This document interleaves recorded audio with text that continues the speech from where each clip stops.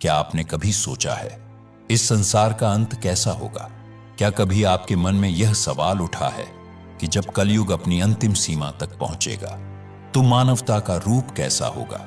क्या सचमुच सब कुछ जलकर राख हो जाएगा या फिर कोई शक्ति इस अंधकार को समाप्त करने के लिए अवतरित होगी? शास्त्र कहते हैं हर युग का अपना अंत होता है।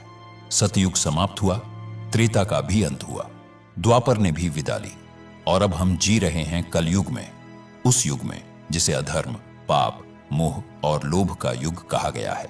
लेकिन असली सवाल है इस युग का अंत कब होगा? और उससे भी बड़ा सवाल है उस समय क्या होगा? कहा जाता है कि कल की पुराण और गरुड़ पुराण में इसका विस्तार से वर्णन है। वहां जो लिखा है वह सिर्फ कहानी नहीं है, वह चेतावनी है। चेतावनी की समय आएगा जब मनुष्य अपने ही पापों से इतना गिर जाएगा कि धरती कांप उठेगी, आकाश का रंग बदल जाएगा, नदियां, पहाड़, जंगल सब बदल जाएंगे। यह कोई कल्पना नहीं, यह सच्चाई है। अब आप सोच रहे होंगे अगर अभी कलयुग का अंत लाखों साल दूर है तो आज इस पर बात करने की क्या जरूरत है? लेकिन यही तो सबसे बड़ा रहस्य है। समय चाहे लाखों वर्ष हो, संकेत अभी से दिखने लगे हैं। मानव का आचरण, उसकी प्रवृत्ति, उसका स्वभाव सब धीरे धीरे उन्हीं दिशाओं की ओर जा रहा है जिनकी चेतावनी शास्त्रों में दी गई थी। आइए मैं आपको एक यात्रा पर ले चलता हूं, एक ऐसी यात्रा जो केवल कहानी नहीं है बल्कि आईना है। आईना जिसमें आप और मैं, हम सब अपना भविष्य देख सकते हैं। महाभारत युद्ध के बाद जब कुरुक्षेत्र की धरती अभी भी रक्त से लाल थी, धर्मराज युधिष्ठिर ने हस्तिनापुर का सिंहासन संभाला। सब कुछ शांत था, पर उनके मन में तूफान मचा था, क्योंकि युधिष्ठिर जानते थे द्वापर का अंत हो चुका है और अब कलयुग की दस्तक सुनाई दे रही है। उन्होंने अपने भाइयों से कहा, भाइयों, मुझे डर है, आने वाला युग कैसा होगा? क्या लोग धर्म और अधर्म का भेद जान पाएंगे या फिर सब मोह और लोभ में फंस जाएंगे? अर्जुन ने तुरंत कहा, भैया, अगर कोई शत्रु है तो बताइए, मैं अभी जाकर उसका नाश कर दूंगा। पर युधिष्ठिर बोले, नहीं अर्जुन, यह कोई बाहरी शत्रु नहीं, यह संकट भीतर से है, यह कलयुग का आगमन है, यही मुझे भयभीत कर रहा है। भीम ने कहा, भैया, यह सुनकर हमारे दिल में भी बेचैनी बढ़ रही है, अब क्या किया जाए? तभी निर्णय हुआ, सभी पांडव भगवान श्री कृष्ण के पास जाएंगे, क्योंकि वही एक हैं जो इस रहस्य को उजागर कर सकते हैं। द्वारिका, समुद्र के किनारे बसी वह दिव्य नगरी, यहीं पांडव पहुंचे और युधिष्ठिर ने कृष्ण से प्रश्न किया, हे माधव, बताइए कलयुग में मानव का स्वभाव कैसा होगा, उसकी प्रवृत्ति कैसी होगी और मोक्ष का मार्ग क्या होगा? कृष्ण मुस्कुराए, उनकी आंखों में ऐसा तेज था जैसे उन्होंने समय को अपनी हथेली पर देख लिया हो। वे बोले, धर्मराज, इस प्रश्न का उत्तर सीधे शब्दों में नहीं दिया जा सकता, इसे अनुभव से समझना होगा। तुम सब चारों दिशाओं में जाओ, घने और रहस्यमयी वनों में प्रवेश करो, वहां जो दृश्य तुम्हें दिखाई देंगे वही कलयुग के संकेत होंगे। जब तुम लौट कर आओगे तब मैं तुम्हें विस्तार से बताऊंगा। युधिष्ठिर ने सिर झुकाकर कहा, जैसा आपकी आज्ञा केशव। और पांडव निकल पड़े चारों दिशाओं में। कल्पना कीजिए, घने अंधेरे जंगल, चार दिशाओं में बंटे पांडव, हर एक को दिखने वाले दृश्य मानवता के भविष्य का आईना। कहीं लोग लोभ में इतने डूबे होंगे कि अपने ही रक्त का व्यापार करेंगे, कहीं धर्म के नाम पर अधर्म किया जाएगा, कहीं रिश्ते टूटकर केवल स्वार्थ में बदल जाएंगे, कहीं मनुष्य इतना निर्दयी हो जाएगा कि पशु पक्षी भी उसके भय से कांप उठेंगे। ये सब सिर्फ दृश्य नहीं होंगे, ये कलयुग की हकीकत होंगे। और यही वह बिंदु है जहां हमारी यह यात्रा शुरू होती है। तो ध्यान से सुनिए, यह कहानी केवल शास्त्रों की पंक्तियां नहीं है, यह आने वाले समय का नक्शा है। नक्शा जो हमें बताता है कि अगर इंसान ने अपने विचार और कर्म नहीं सुधारे तो अंत कैसा होगा। आज हम इसी यात्रा पर चलेंगे। हम देखेंगे कि कलयुग का चेहरा कैसा होगा, हम सुनेंगे वो भविष्यवाणियां जो आपको भीतर तक हिला देंगी, और हम समझेंगे कि इन सब के बीच इंसान को क्या करना चाहिए। याद रखिए, यह केवल कथा नहीं, यह चेतावनी है, यह सच है और सच से भागा नहीं जा सकता। तो बने रहिए हमारे साथ, क्योंकि आगे जो आप सुनेंगे वो आपको सोचने पर मजबूर करेगा और शायद आपके जीवन की दिशा बदल दे। श्री कृष्ण ने पांडवों की ओर देखा और गंभीर स्वर में कहा, तुम सब चारों दिशाओं में जाओ, वहां घने और रहस्यमय वन हैं। यदि कोई असामान्य घटना या विचित्र दृश्य दिखे तो उसे ध्यान से देखना, लौटकर मुझे बताना, तभी तुम कलयुग के असली रहस्य को समझ पाओगे। आज्ञा पाकर पांडव अपने रथ वहीं छोड़कर पैदल ही निकल पड़े। वन बाहर से शांत था, लेकिन भीतर एक अनजाना कंपन छिपा था, मानो हर पत्ता, हर हवा कुछ कहने को आतुर हो। पांचों भाई अलग अलग दिशाओं में बट गए ताकि अधिक से अधिक अनुभव पा सकें। युधिष्ठिर एक घने और अंधकारमय वन में पहुंचे।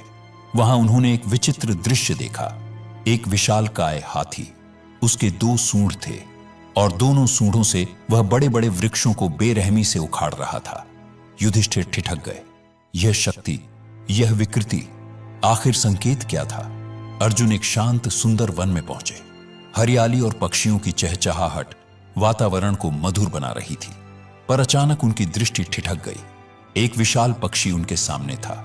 उसके पंखों पर वेदों की अर्चाएं लिखी थी। दृश्य पवित्र लग रहा था, लेकिन तभी वह पक्षी मृत जीवों का मांस खाने लगा। अर्जुन का मन कांप उठा। एक ओर ज्ञान का प्रतीक और दूसरी ओर रक्तपात। यह कैसा विरोधाभास था? भीम एक हरे भरे चारागाह में पहुंचे। वहां गायों का बड़ा झुंड चर रहा था। इसी बीच उनकी नजर एक अद्भुत पर पीड़ादायक दृश्य पर पड़ी। एक गाय ने अभी अभी बछड़े को जन्म दिया था। ममता में वह उसे जोर जोर से चाटने लगी, लेकिन अत्यधिक चाट से बछड़ा लहूलुहान हो गया। भीम स्तब्ध रह गए। सोचा, यह कैसी ममता है जो अपने ही बच्चे को चोट पहुंचा रही है। सहदेव एक शांत जलाशय के पास पहुंचे। वहां 7 कुएं एक सीध में बने थे। उन्होंने देखा 6 कुओं में पानी भरा था, पर बीच का सबसे गहरा कुआं पूरी तरह सूखा था। दृश्य विचित्र था। सहदेव सोच में डूब गए। जो सबसे गहरा था वही खाली क्यों? क्या यह भीतर के शून्य की ओर इशारा कर रहा था? नकुल पर्वतीय क्षेत्र की ओर बढ़े। ऊंचे ऊंचे पहाड़, घने वृक्ष, मन को शांति देते दृश्य। पर अचानक पहाड़ से एक विशाल शिला लुढ़कती हुई नीचे आने लगी। उसने अपने रास्ते में आने वाले बड़े बड़े वृक्षों को उखाड़ फेंका, लेकिन जैसे ही वह शिला एक छोटे से नन्हे पौधे तक पहुंची, अचानक रुक गई। नकुल विस्मित रह गए। यह नन्हा पौधा इतनी विशाल शिला को कैसे रोक पाया? शाम ढलते ही पांडव अपने अपने अनुभव लेकर लौटे। वे श्री कृष्ण के चरणों में पहुंचे और एक एक करके अपने देखे हुए दृश्य सुनाए। युधिष्ठिर ने कहा, प्रभु, मैंने 1-2 सूंडों वाला हाथी देखा। श्री कृष्ण मुस्कुराए। धर्मराज, यह संकेत है कि कलयुग में शासक दोहरी चाल चलेंगे। वे ऊपर से धर्म और न्याय का दिखावा करेंगे, लेकिन भीतर से प्रजा का शोषण करेंगे। दोनों ओर से वे केवल अपना स्वार्थ साधेंगे। अर्जुन ने कहा, प्रभु, मैंने एक पक्षी देखा। उसके पंखों पर वेद लिखे थे, लेकिन वह मृत जीवों का मांस खा रहा था। श्री कृष्ण बोले, अर्जुन, कलयुग में विद्वान और पंडित कहलाने वाले लोग ज्ञान तो रखेंगे, पर उनके हृदय पवित्र नहीं होंगे। वेद और धर्म का प्रयोग केवल धन और प्रतिष्ठा के लिए होगा। उनका आचरण ज्ञान के विपरीत होगा। भीम ने कहा, प्रभु, मैंने देखा एक गाय ने अपने बछड़े को इतना चाटा कि वह घायल हो गया। श्री कृष्ण ने कहा, भीम, कलयुग में माता पिता का अति स्नेह बच्चों के लिए बंधन बन जाएगा। वे प्रेम देंगे, पर वही प्रेम उन्हें आत्मनिर्भर बनने से रोकेगा। ममता का अतिरेक पीड़ा का कारण बनेगा। सहदेव ने कहा, प्रभु, मैंने 7 कुएं देखे। 6 में जल भरा था, पर बीच का सबसे गहरा कुआं सूखा था। श्री कृष्ण बोले, सहदेव, यह दृश्य बताता है कि कलयुग में लोग बाहरी रूप से तो समृद्ध दिखेंगे, पर उनके भीतर करुणा और सहयोग का जल सूख जाएगा। पड़ोस में कोई भूखा मर रहा होगा, फिर भी वे आंखें मुंह कर अपने स्वार्थ में डूबे रहेंगे। यही स्वार्थपरता कलयुग की सबसे बड़ी पहचान होगी। नकुल ने कहा, प्रभु, मैंने देखा एक विशाल शिला पहाड़ से लुढ़क रही थी। उसने बड़े बड़े वृक्ष उखाड़ दिए, पर एक छोटा पौधा उसे रोक सका। श्री कृष्ण ने कहा, नकुल, यह दृश्य दर्शाता है कि कलयुग में धन, शक्ति और सत्ता किसी को भी विनाश से नहीं बचा पाएगी, पर यदि कोई व्यक्ति सच्चे मन से भगवान का नाम ले, भक्ति में स्थिर रहे, तो वह नन्हे पौधे की तरह हर संकट को रोक सकता है। यही भक्ति इस युग में मनुष्य का सबसे बड़ा सहारा होगी। यह प्रसंग यहीं समाप्त नहीं होता। गरुड़ पुराण में एक और गहन और रहस्यमयी प्रसंग आता है। गरुड़ जी ने भगवान विष्णु से प्रश्न किया, हे प्रभु, चारों युगों सतयुग, त्रेता युग, द्वापर और कलयुग में कलयुग को सबसे भयावह क्यों माना गया है? इसके अंत के संकेत कौन से होंगे और यह युग किस प्रकार समाप्त होगा? भगवान विष्णु ने गंभीर स्वर में उत्तर दिया, हे गरुड़, कलयुग अधर्म, पाप और स्वार्थ का युग होगा। इस युग के अंतिम चरण में ऐसे संकेत प्रकट होंगे जो सृष्टि के विनाश की ओर स्पष्ट इशारा करेंगे। आओ इन्हें विस्तार से समझते हैं। कलयुग के अंतिम समय में मानव की आयु अत्यंत कम हो जाएगी। औसत जीवन केवल 20 वर्षों तक सीमित रह जाएगा। 12 वर्ष की आयु में ही लोग वृद्धावस्था के लक्षण दिखाने लगेंगे। बाल सफेद होंगे, चेहरे झुर्रियों से भरे होंगे और शरीर बीमारियों का घर बन जाएगा। यह शारीरिक पतन केवल शरीर का ही नहीं होगा, मानव जीवन शैली, आचार और नैतिकता भी पतन की राह पर होंगे। असंतुलित भोजन, अनियमित दिनचर्या और तनावपूर्ण जीवन के कारण लोग मानसिक और शारीरिक रूप से कमजोर हो जाएंगे। स्त्रियां केवल 8 से 9 वर्ष की आयु में संतान को जन्म देने लगेंगी, लेकिन उनकी दुर्बलता इतनी होगी कि वे बच्चों का पालन और पोषण ठीक से नहीं कर पाएंगी।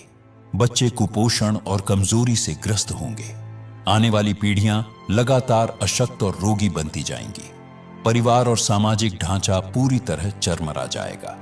लोग अपनी भौतिक इच्छाओं में उलझेंगे और रिश्तों, परिवार और प्रेम से विमुख हो जाएंगे। यह संकेत स्पष्ट करता है कि कलयुग के अंतिम समय में मानव की शारीरिक और मानसिक शक्ति का पूर्ण ह्रास होगा। समाज में अव्यवस्था, अराजकता और अशांति बढ़ जाएगी। विश्वास और आपसी प्रेम टूट जाएगा। केवल स्वार्थ ही जीवन का आधार बनेगा। कलयुग के अंत में नैतिकता और धर्म का इतना अधिक पतन होगा कि पतिव्रता स्त्रियां लगभग लुप्त हो जाएंगी। एक स्त्री कई पुरुषों के साथ संबंध स्थापित करेगी। यह समाज में नैतिक पतन और पारिवारिक विघटन का सबसे बड़ा संकेत होगा। विवाह और रिश्तों की पवित्रता समाप्त हो जाएगी। लोग धार्मिक कार्यों, पूजा पाठ, श्राद्ध, अंतिम संस्कार और विवाह जैसे संस्कारों से पूरी तरह विमुख हो जाएंगे। जल की कमी के कारण लोग स्नान करना छोड़ देंगे। इससे केवल शारीरिक स्वच्छता ही नहीं, बल्कि आध्यात्मिक पवित्रता भी नष्ट हो जाएगी। भोजन की आदतों में भारी बदलाव होगा। मांसाहार का बोलबाला होगा और सात्विक आहार जैसे फल, सब्जियां और अनाज दुर्लभ हो जाएंगे।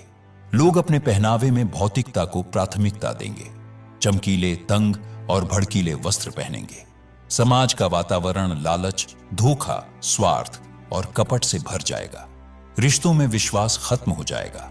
लोग केवल अपनी सुख सुविधाओं और भौतिक इच्छाओं के लिए जीवन जिएंगे। धर्म और कर्तव्यों से विमुख होकर वे केवल सांसारिक सुखों की खोज करेंगे। गरुड़ पुराण यही शिक्षा देता है। धर्म और नैतिकता ही समाज को स्थिर और सौहार्दपूर्ण बनाए रख सकते हैं। कलयुग के अंत समय में प्रकृति पर भीषण संकट छा जाएगा। वृक्ष फल और फूल देना बंद कर देंगे। केवल शमी वृक्ष ही जीवित रहेंगे।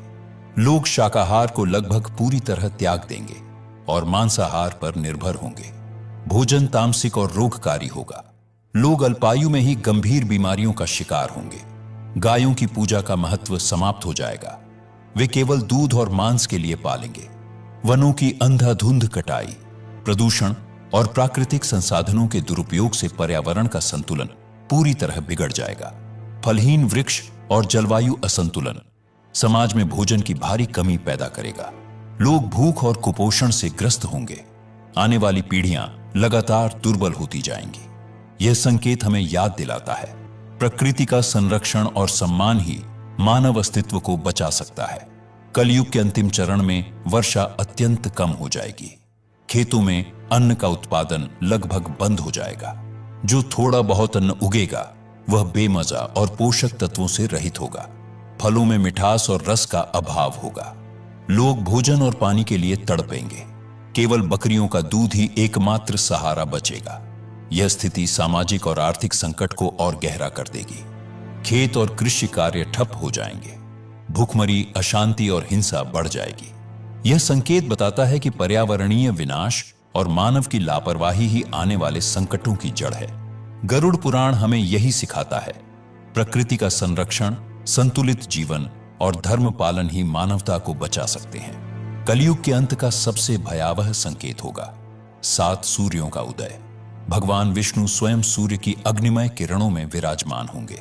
7 सूर्यों की तपिश से नदियां, समुद्र, तालाब, झीलें सब सूख जाएंगे।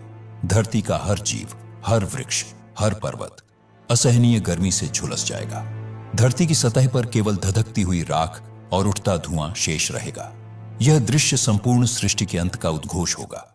इसके बाद भगवान विष्णु रुद्र रूप धारण करेंगे और प्रचंड मेघ उत्पन्न होंगे जो 100 वर्षों तक लगातार बरसेंगे।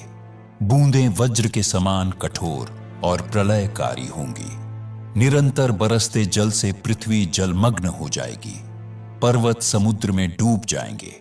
शेष जीवन लहरों में विलीन हो जाएगा। संपूर्ण संसार का अंत होगा। लेकिन यह विनाश केवल नाश का प्रतीक नहीं है, यह शुद्धिकरण की प्रक्रिया है। जब अधर्म, पाप और स्वार्थ चरम पर होंगे तब यह संहार अनिवार्य होगा। भगवान विष्णु ने गरुड़ जी से कहा, यह अंत एक नई सुबह की भूमिका है। जब वर्तमान सृष्टि नष्ट हो जाएगी, परमात्मा अपनी इच्छा से एक नई शुद्ध और पवित्र सृष्टि का निर्माण करेंगे। उस नई सृष्टि में धर्म, सत्य और आध्यात्मिकता का पुनरुत्थान होगा। केवल वे प्राणी वहां स्थान पाएंगे जिन्होंने धर्म और सत्य का पालन किया होगा। यह संदेश हमें याद दिलाता है, चाहे परिस्थिति कितनी भी विकट क्यों न हो, धर्म और सच्चाई का मार्ग कभी मत छोड़ो। यही मार्ग तुम्हें प्रलय के अंधकार से निकालकर नई सृष्टि की सुबह तक ले जाएगा। लेकिन याद रखो, यह विनाश अंत नहीं है, यह तो केवल शुद्धिकरण है। हर प्रलय एक नई सृष्टि का द्वार खोलता है। भगवान विष्णु ने कहा था, जब वर्तमान सृष्टि नष्ट हो जाएगी तब धर्म, सत्य और भक्ति पर आधारित एक नई शुद्ध और पवित्र दुनिया की शुरुआत होगी। तो सवाल यह है, क्या हम उस नई सृष्टि में स्थान पाने के योग्य बनेंगे या कलयुग की अंधकारमयी लहरों में बह जाएंगे?